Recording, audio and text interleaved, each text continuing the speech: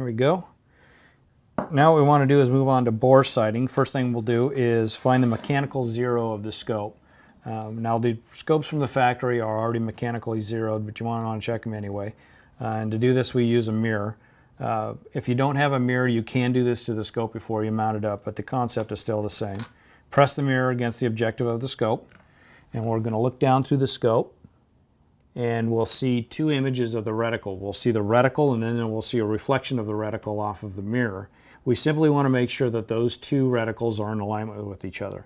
And we'll do that by moving the windage and elevation adjustment. So moving the windage and elevation, you're going to see one of those reticles move around, align it with the other, and you have a mechanical zero on the scope.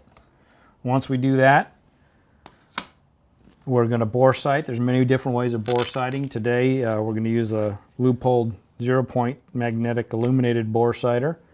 You simply place that on the end of the barrel and align it as close as possible to the height of the scope.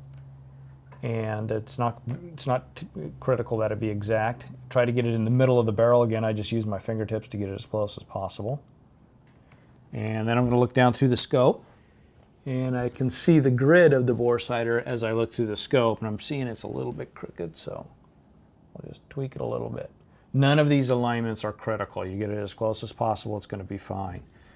Now, once I have that done, the reason why we mechanically centered the scope is now when we look into the magnetic bore sighter, we see a grid in there.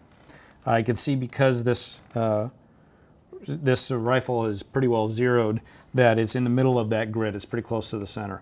If we were a long ways off to one side or the other on that grid, we would either want to use the windage screws, loosening one and tightening the other to force the scope right or left if it's a windage problem, or shimming underneath the base, between the base and the receiver if it's an elevation problem.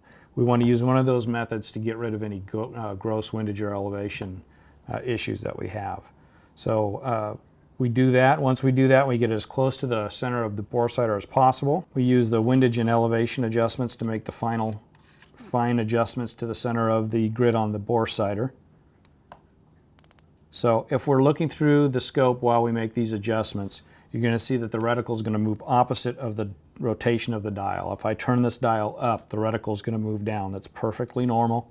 You're moving the image inside the scope, not the reticle. And once you got that done, you made that final adjustment, now you are bore sighted and ready to go to the range and do your final sight in.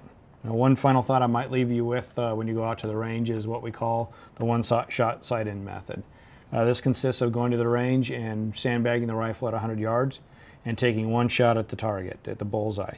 Now, if you're real lucky, you're going to be totally sighted in and ready to go from there, but most likely it's going to be a little bit off of the bullseye.